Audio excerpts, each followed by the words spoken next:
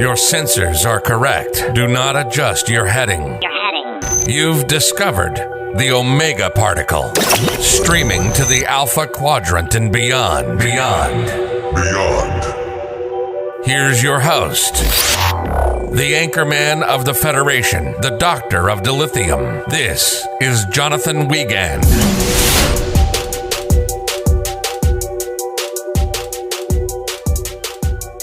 Greetings, all you intellectuals, conversationalists, and overall risk takers, to the Omega Particle Podcast. It is your cute, harmless little fuzzball, Jonathan Wiegand, and today is finally the freaking day. Picard Season 3 has finally premiered, and after kind of a lackluster season, we're left with a lot of questions, and it finally looks like we're going to get some answers. So I've noticed in the promotion that they are really pushing the final season. So no more after this. I know there was a rumor that, hey, maybe this is going to continue on, season 4, season 5, whatever. But no, I guess this is it. Knock on wood. And I say good, maybe potential movie or something like that. I'd definitely be more interested in than, continuing on, because as we know, the season 3 plan was the plan from the beginning. This was always the arc that these characters were going to go on. And so I think to change that would be disastrous in all shapes and sizes, just like Wolf 359. And it was not an inside job. So obviously this is spoilers if you have not watched the first episode of season 3. Or if you have not watched season 2, please stop listening and go watch it. You do not want to have this ruined. So for the first 2 seasons, we've heard from the showrunners, producers, even Sir Patrick Stewart himself, hey, the only reason I wanted to sign up for this series is we are not going to have a quote-unquote reunion of the next generation. It's going to be a new Picard, and we're going to have new adventures, and it's not going to be, just a reunion. And now that's exactly what we have with this first episode. And this whole season, really, it's nothing but a reunion. And I think it was smart to kind of get those first 2 seasons and story and character depth out of the way. And now we can have some fun with this supposed reunion that was supposed to happen. We'll get into it. I'm not super happy about that. And I mean, yeah, sure, we know there were some reunions in the first 2 seasons. I mean, it had some surprise cameos once in a while. And I mean, some of the cameos were just awful and terrible. They were kind of badly woven into the plot, kind of like a Disney Plus show into the MCU, which is not very good. But now they've leaned heavily into the romance, capital R, familiar feelings that the TNG cast and crew bring. So I will say this. I've watched a couple reviews out there and read a couple things like non-spoiler reviews this week and even some today. And I will say this. I'm not going to hold your hand and take you through each scene. I see a lot of reviews do that, and I just don't like that. I know what the episode entails. I know what's happened. You've watched it. I've watched it. You're a brilliant listener. You know what to do. You know what to look for.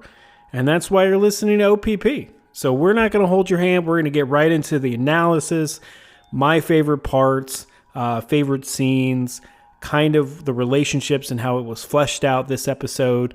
Also, we have some interesting theories and some fun stuff like that. Also highlighting some Easter eggs. So it's just overall a really great intro to reviews on the OPP. But without further ado, Luna, let's light this candle.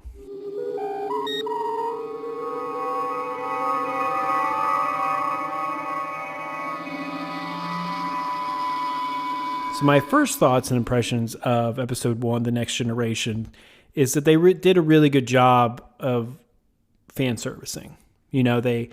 Everything from the little title sequences down to the credit scenes. Terry Malatis, who you can definitely tell he has a deep respect and understanding for The Next Generation, and he's infused a lot of scores and fonts from the show and the movies, and he's paying into that deposit of fan servicing, which I don't mind if it's done well, and it was done well. I will say this, the most disappointing aspect of the episode was that I kind of didn't get to see a Next Generation reunion, even when the episode is so aptly named The Next Generation. I mean, it was like going to a store called Candytown and walking in and seeing they only sell kitchen utensils, and then there's 2 jars of jelly beans. You know, I feel like I was sold a different bill of goods, so to say. And I mean, to me, I didn't like that because I was, as the episode kind of going in, about 30 minutes in, I started watching the clock to be like, hey, like, are they actually going to be able to bring in anybody else, like, by surprise, like it's Worf or LaForge, or I don't know. I guess with the hype of, hey, this is a TNG reunion and the episode being named The Next Generation, I thought we were actually going to get everybody in, but that didn't happen, sadly. So I will say this, that I really hope they don't do like a full, quote unquote, full TNG reunion until like the last episode or some BS like that, you know, where all the plot points converge into one and they're like, all right, the band's back together, let's go. And it's like, oh God, I really hope that's not what they do, because these characters deserve more than that. Now, I will say there is an avenue that they could do this in that I would appreciate, and that's almost having a full episode for, you know, LaForge, a full episode for Worf, you know, kind of fleshing those characters out and what they've been doing in the past 30 years.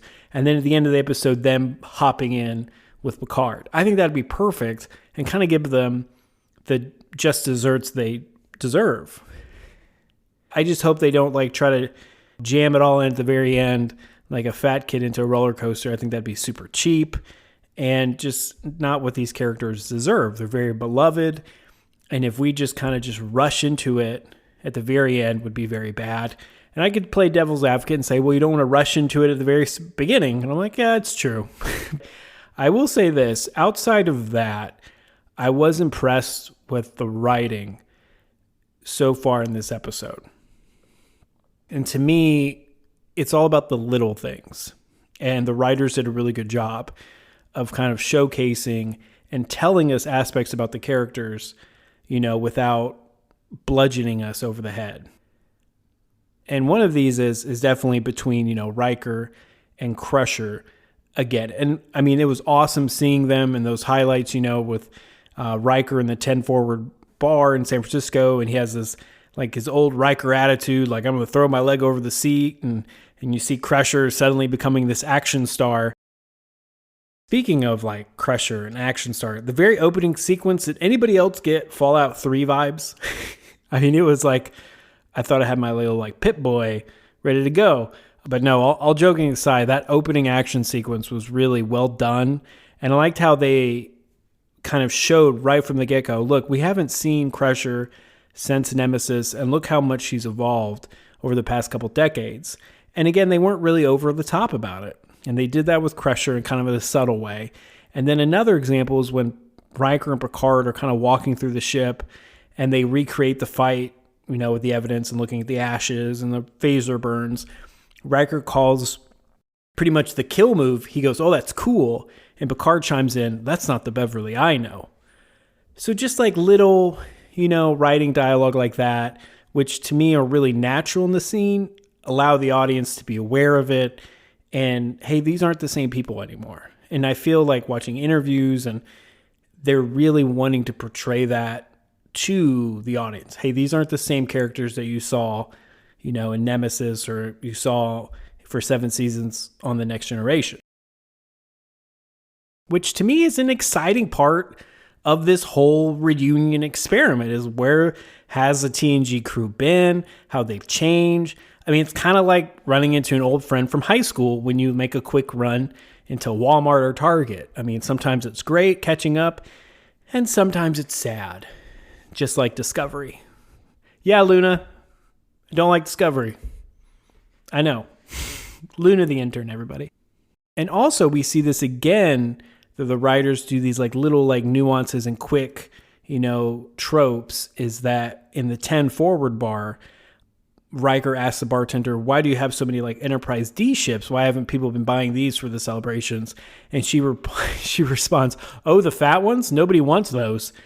And that kind of just shows me, wow, you know, like the world's kind of really moved past this TNG crew.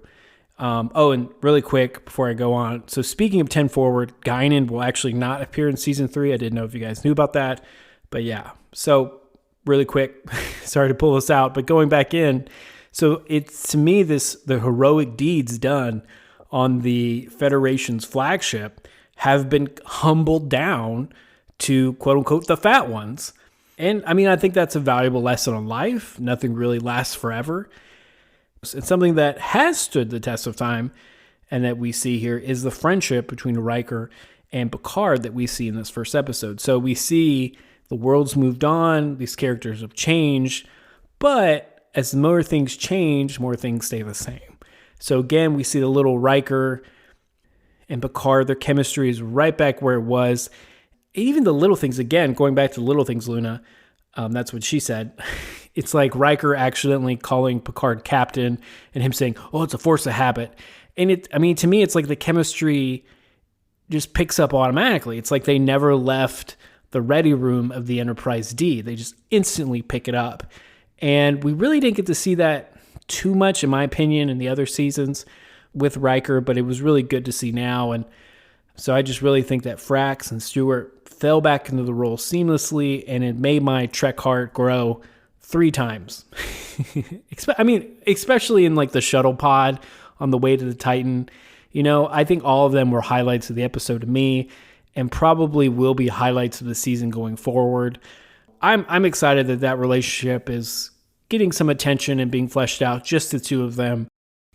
However, speaking of Picard and Riker aboard the Titan, can we talk about this? Good gosh. Captain Liam Shaw, I just want to punch that man in the face. The entire episode, I was like, I just want to kick you right where the sun don't shine. Is that an old thing or what? I don't know. Sorry. And I mean, if the writers wanted us to have that reaction, well, good freaking job, because they succeeded. And I mean, it just was everything. It was just the disrespect to our beloved characters, Seven, Picard, and Riker. He just was a huge, jackass. Okay, so what did he do, Luna? Just a quick recap. So first off, and these are things that makes you a terrible person in general. Not just because they're these beloved characters and he's treating badly, but just makes you a dick. If you did this to your next door neighbor, or you did this to a coworker, you'd be a jerk. For example, he invites them to dinner and then he doesn't wait to eat for them. And he's just eating his blue steak, which not going to touch that. Is it a Smurf? Is it not? Who knows? Anyway, and then Picard gives him a gift. Hey, this is for my personal vineyard. And he's like, nah, I like the other stuff. Also, kind of probably the biggest issue that I have with Shaw is that he makes Seven go by her human name of Annika Hansen. And I was like, what kind of dick move is that? You're going to, in lack of a better term, dictate what your officers are going to be called. And I'm getting, and we'll talk about this too in the next point, a Borg issue. I don't know.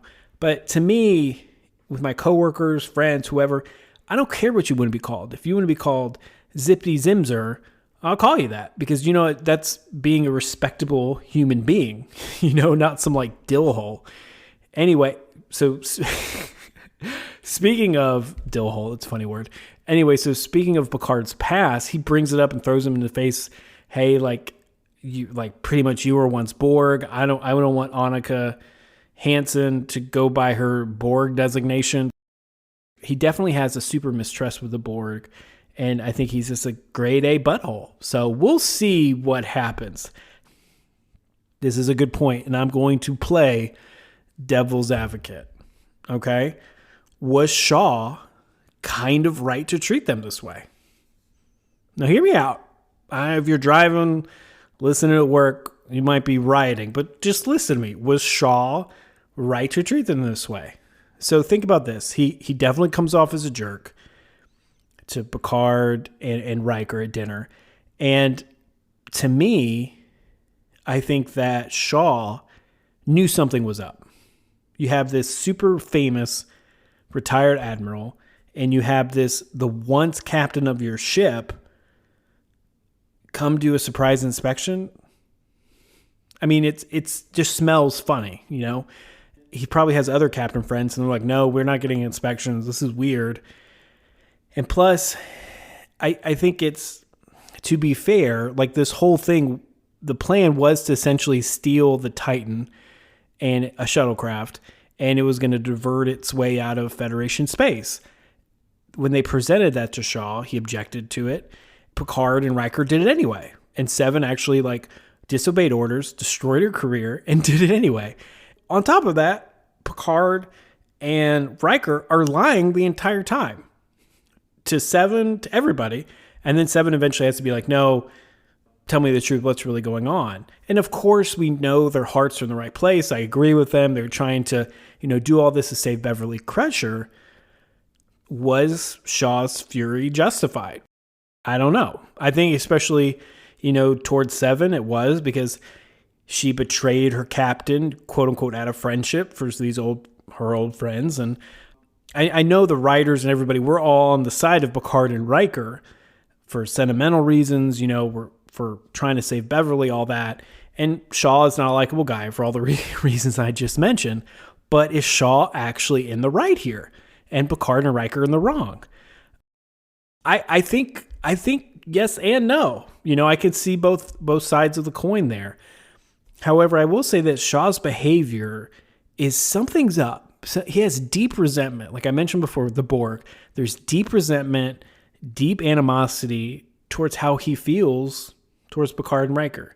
I mean, even before Shanghaiing and hijacking the ship, he just doesn't like them. They've never met before. We know that by, the dialogue. He doesn't really have any issues with any events or, history with them from the TNG show or Star Trek Picard prior season. So it's something about them that clearly upsets him. Maybe we'll get a preview of that in future episodes. Maybe not. We'll just have to see. I mean, there's a reason he's mad, and I get that, but it's like on steroids. Like, okay, you can be mad, but you're being a dick. I know, Luna, it's a family show, but still, maybe we'll see in future episodes. So we're going to move on to the Titan and Seven. So this USS Titan A, it's this new gleaming Constitution 3 class starship, and I think it was an awesome Trek moment. We got to see her in all her beauty and grace, kind of reminded me of Star Trek, the first motion picture, but this time it didn't last 10, 12 minutes. But it was a beautiful score. And fun fact, that's actually a new score for the show that they wrote for the Titans. So maybe we're going to be seeing the Titans some more. I don't know, but I will have to admit they're really nailing the scores and the music so far for this show. Really over the top. I really have enjoyed it. Also, we kind of learned a little bit more about Seven in this episode. She's finally in Starfleet, and she says that it was actually because Captain Janeway and Picard convinced her to get into it. Now, all the big OPP fans out there, if you remember from a News and Brews a couple months ago, the IDW comic showed Janeway petitioning Starfleet to let Seven join after they returned from the Alpha Quadrant. Starfleet said no. So obviously something has changed here. The fact that they're convincing her to join Starfleet. So maybe, after all the heroics and stuff like that from the last couple seasons, they're like, okay, you're good enough now, which I don't know if I would join under that aspect because you didn't want me before simply because I was Borg, and now you do want me because I showed you even more over 20 years. Either way, are the writers being cheeky with us? So think about this.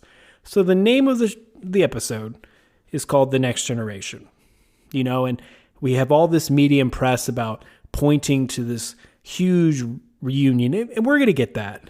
But why name the first episode The Next Generation when clearly they know all the characters aren't going to have a big reunion this episode? And I'm thinking, are they setting up a potential spinoff? Who is the next generation? Could it be Seven? Who knows? We'll get into it. We'll definitely get into it. We'll talk about the bombshell of Beverly Crusher's son. He definitely plays into this theory of maybe some part of the next generation. Picard's son, possibly. We'll get that into this episode in a couple minutes. But it's just a thought. It's just a thought. So Like I said, as we wrap up 7 here, I really did like how she disobeyed Captain Shaw's orders, and took the Titan to the Rayton system. Gosh, my Kentucky Appalachian education. And I just think that was kind of nice to see, because you see her kind of wrestling with Picard, like, hey, I don't like having these orders and going against my instincts. And Picard's like, welcome to the club. That's normal. If you find an answer, let me know. So I think with 7, she couldn't deal with that. She's like, I'm not going to go against my instincts anymore. I'm going to, disobey. I'm going to not follow the rules, and she's going to help out an old friend. And, she's risking her career, or, say goodbye to her career. But I think that's okay, because I see her stepping into her former self that we saw from the last 2 seasons. So I like that. It was kind of a good character arc, flesh out a little bit. So I will say this going into this next segment. So far, I really had no issue with Picard, the Next Generation episode, until we get to Raffi. And I know a lot of people love Raffi out there. Don't be mad, but I hate this storyline and plot. Like, to me, this feels like an episode arc, 3 or C on a normal Star Trek episode. I mean, I understand the notion, this isn't your granddaddy's Trek. This is, going to be dark. It's going to be real life. And I'm totally cool with that. And seeing like the underbelly of the Alpha Quadrant, and we see drug abuse and like prostitution and partying and all this stuff. I mean, that's fine if it's done right. If it's Breaking Bad quality, perfect, no problem. But if it was just wasting time, filler, like that's what it was to me, very poorly done. In this episode, she's kind of communicating with Starfleet intelligence. She's an undercover agent trying to find out who this red lady is. I kept thinking of Wendy's and Dave Thomas puns, but I know they're terrible jokes, Luna. I know.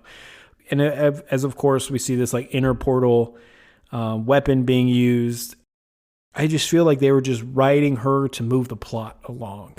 So they were like, okay, we're going to have the Picard part, and the 7 part and the Titan, and now we're just going to have this thing that's really disconnected from anybody, but it's going to become tied in, in the next couple episodes maybe, and eventually we'll probably see the main cast on their old ship, and it just from the first 2 seasons of Picard, and like, okay, that's eventually where we're going probably, because they can't continually hijack the Titan.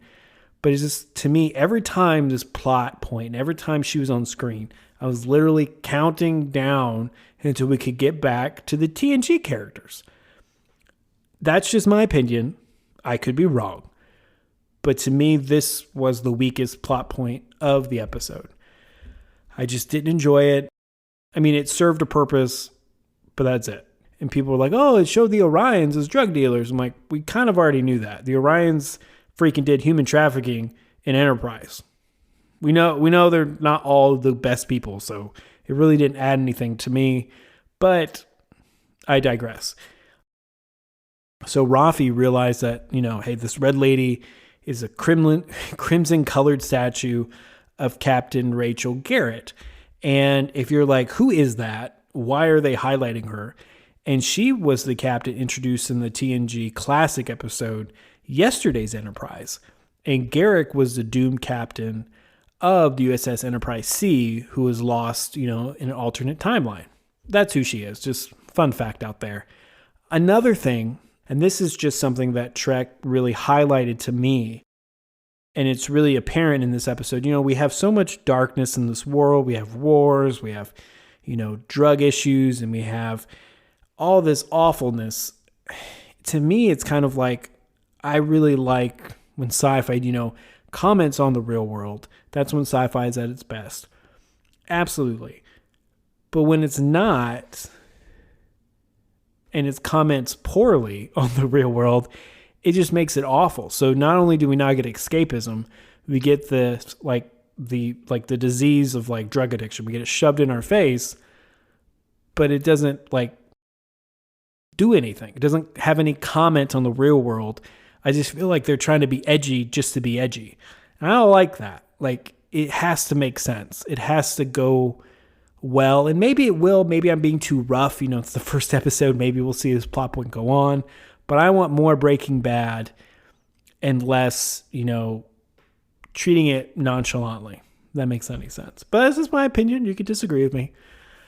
Okay, so moving on to probably what everyone's going to be talking about this week after this episode.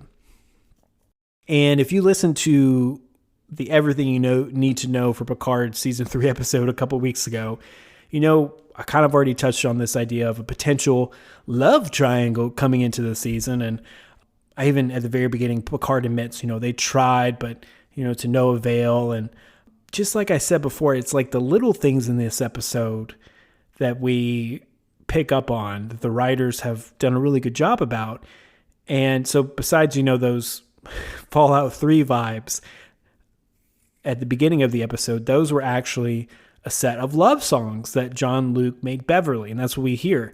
And she still listens to them decades later. I mean, that's like me listening to a mix CD from like my 2005 girlfriend, from like sophomore year. I mean, yeah, the music might be good, but could there be something more? Maybe they're hinting at something more. I don't know. But to me, I think that's, I think they put that in cleverly for Beverly. That rhymes. Anyway, also, we learned something new, and that Beverly just took 20 years off and didn't communicate with everyone. She just like fell off the map. And I think we know why now. She had another son who looks about 20 years old. Could this be a love child between Picard and Crusher? I mean, I know I'm getting Wrath of Khan vibes, with his long-lost son reappearing. This is an Easter egg. I don't know if many people picked up on this, but this is why OPP is the best analysis out there. So the opening title card of the episode says, in the 25th century. This just didn't tell us when the show took place, but it's a direct homage to how the title card from Star Trek II, The Wrath of Khan appeared. Only in that film has a title card appeared in the 23rd century, and even the font is the same. So with that Easter egg, and then now we know this sudden, reappearance of a potential love child, this could be Picard's and Beverly's lost love child. And that, to me, justifies why Beverly would just take off and not talk to anybody. Maybe she's embarrassed. Maybe she doesn't want to make it complicated. Maybe she doesn't want to inhibit Picard. Maybe she has, trust issues with Jack passing away. I don't know. But with the Wrath of Khan Easter egg, I mean, this is a major canon-altering bombshell for Picard Season 3. But to me, it also makes sense. Like, they made the logic out on the show, too. Like, somebody had to really care for her to put her in the medical pod. He's like, I'm her son. But it does explain why Beverly, kind of ensured he was safe by taking on the Marauders by her lonesome. She just took them all by herself and didn't let her son fight with her. So that also kind of backs up, what the kid is saying. I mean, ultimately, we need to know, the question of the father and the writers, and they're all setting us up to believe it's Picard. I mean, even the kid kind of speaks with a British accent, Could he be the most British Frenchman's son? Who knows? I will say this, with Jean-Luc being the father, comes with some logical issues as well, because the question arises of when he could have fathered him, if they got romantic after Nemesis. And also the ages of Beverly and Picard, too. Having a son together raises a lot of questionable logistics as well. I mean, there's a lot of possibilities. I mean, the kid could be lying, whatever. But I definitely think maybe not, and especially that sweet Wrath of Khan title card Easter egg. Maybe they're pointing to something there. Who knows? But so as part of our last segment, we're going to talk about the Easter eggs and, any other theories that we have. And we have some really humdingers too. So let's get into it. So as part of the closing credits, we see this like warship of unknown origin come out, and it kind of looks like that Borg Romulan hybrid, ship that was like captained by Nero, the Narada. But I mean, it gave me that vibes. I don't know if we're going to be doing a lot of timeline altering stuff this season. Hopefully not. Also, in the closing credits, we see there's a lot of references to DNA. And I think to me that could be maybe in response to the lineage of Jack Crusher and potentially this new son. Who knows? I mean, especially near the end, one references Picard DNA base pairs. Maybe a paternity test is coming. I don't know. It is sure interesting that the dude that played the son, credit comes up during that very sequence. So we'll have to see. But the next one is something I heard of in an article I read that I was like, oh, this is too good not to share. Because normally I don't like to regurgitate, what I've heard. This is my opinion and my viewpoint. But I'm like, oh, this is a good one. So in the closing credits, we see sheet music come up. And of course, I played saxophone in middle school and stuff. And so this author says that the notes that are shown could be one of two things. The one is just random notes, who cares?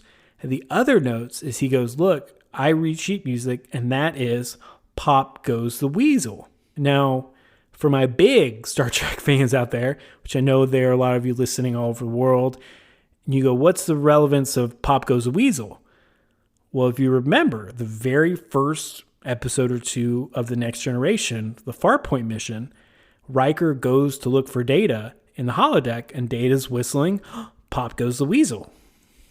And that's when they first met. So, could this be a reference to Data, to lore? I mean, we know lore is in the show, but could this be a reference to Data? I don't know. Could be wrong. We're grasping at straws with the sheet music in the credit scene. Also, we see a lot of, there's a head with dots, orange and blue, that are flashing. And to me, that's just a positronic matrix. It's definitely referencing, Data, lore, this kind of soon produced android synthetic, Picard synthetic, but yeah, we don't really talk about that.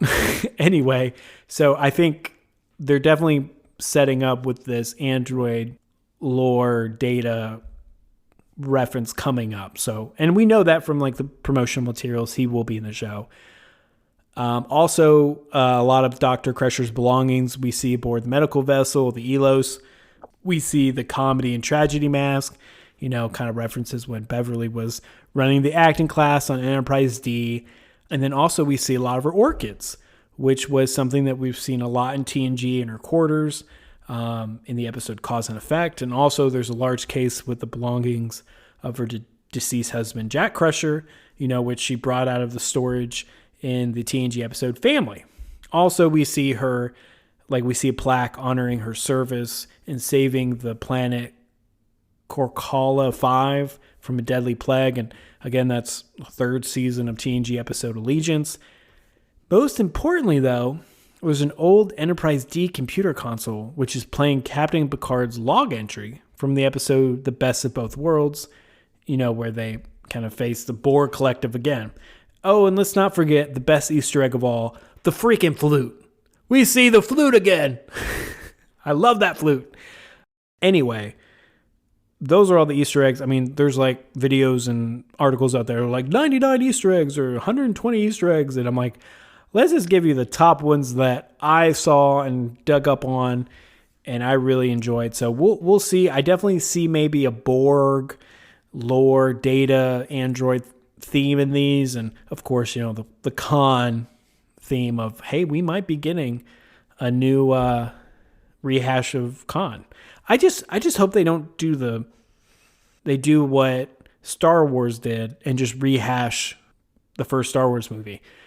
I hope they actually don't make this into a whole Wrath of Khan thing where you have a villain from a random episode come back, and then you have the long lost son is there, and then somebody's going to die, and then they may be brought back to life through a weird, program or something. I don't know. Hopefully that's not the case, but that has been the review for Picard Season 3, Episode 1, The Next Generation.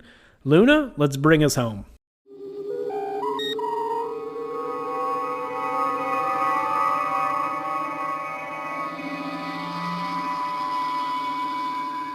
overall, I will say that I'd give the episode maybe a 6.8 out of 10. They definitely had some good moments and had some warm, fuzzy Trek moments that made my heart grow and pitter patter, and I loved. And they played perfect homage, and the writing was brilliant. But the fact that, I'm kind of let down personally, maybe that was my expectations personally, coming from not having an actual reunion in this episode outside of, Crusher at the very end. I love the Easter egg of potentially having another son and the romantic problem that comes in with Picard's new romance, and now he has a family, so we'll see. But yeah, the Rafi part is really what sunk that score real low to 6.8. So we'll see. I think it's going to be interesting to see. We don't know where we're going with this season yet. There's definitely a lot of action sequences, but it's definitely being very cared for. It's not being shoot at the hip, trying to change the characters outside of what they could be, which I do enjoy. But we shall see. In other news, though, please check out jasontalksmovies.wordpress.com for all of your entertainment and blogging needs, as well as you can find us on all social media at Omega Particle Podcast on Twitter, Instagram, Facebook. We're on it all. Please hang out. I love hearing from you guys. Some of your comments make my absolute week and month, so thank you for that. Remember to take care of yourselves out there. We're getting into the spring weather. Keep up that mental health. Make sure you keep those crowns on, kings and queens. And always remember, second star to the right, straight on till morning.